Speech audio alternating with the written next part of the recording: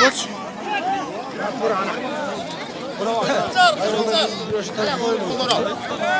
Ya karmaştır.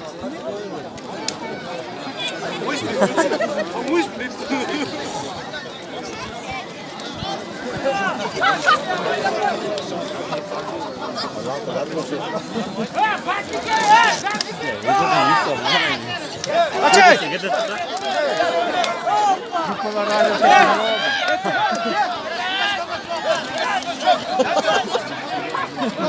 Güleşkile ortak. Harba. Belki birisi hep söylüyordu. Markı nastroyu istedin ama. Gel. Gel. Markının nastroyu istedin. Belki söylüyordu.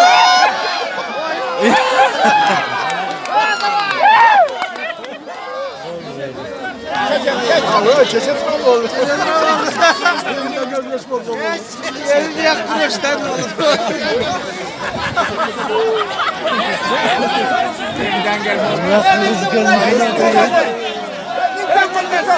Ya koşun ya, akçadan koşun.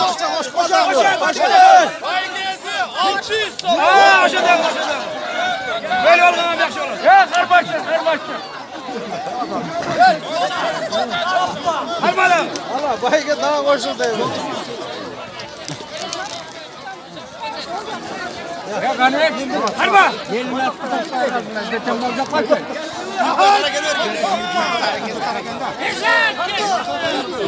Ha!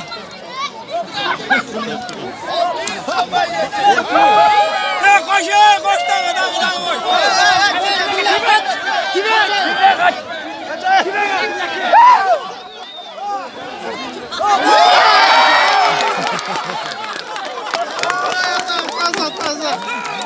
Taza.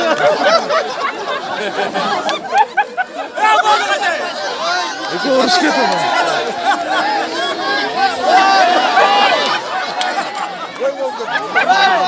Ya boyamaz burada şey.